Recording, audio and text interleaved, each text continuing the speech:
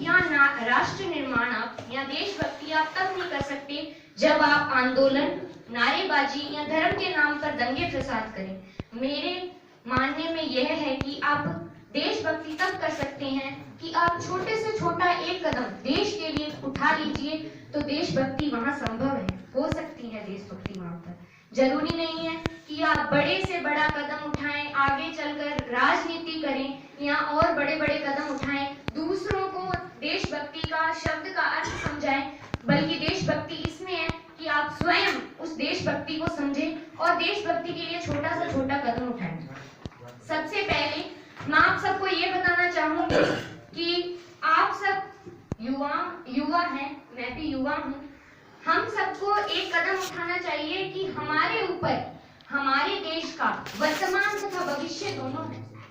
अगर हमने हमारे देश का वर्तमान तथा भविष्य सुधारना है तो हमें सबसे पहले शिक्षित होना होगा, क्योंकि हम शिक्षित होंगे तभी हम दूसरों के सामने स्वयं की परिभाषा दे सकते हैं, स्वयं को परिभाषित कर सकते हैं तथा दूसरे राष्ट्रों से हम कैसे आगे निकल सकते हैं ये बता सकते हैं। तथा मैं आप सबको ये नहीं आपके ऊपर मैं कहूंगी कि आप देशभक्ति कीजिए, वो आपका है, आपके अंदर देशभक्ति की भावना है या भाव है तो आप उसको बाहर लाइए। जरूरी नहीं आप बड़े से बड़ा कार्य करें तो ही देशभक्ति है।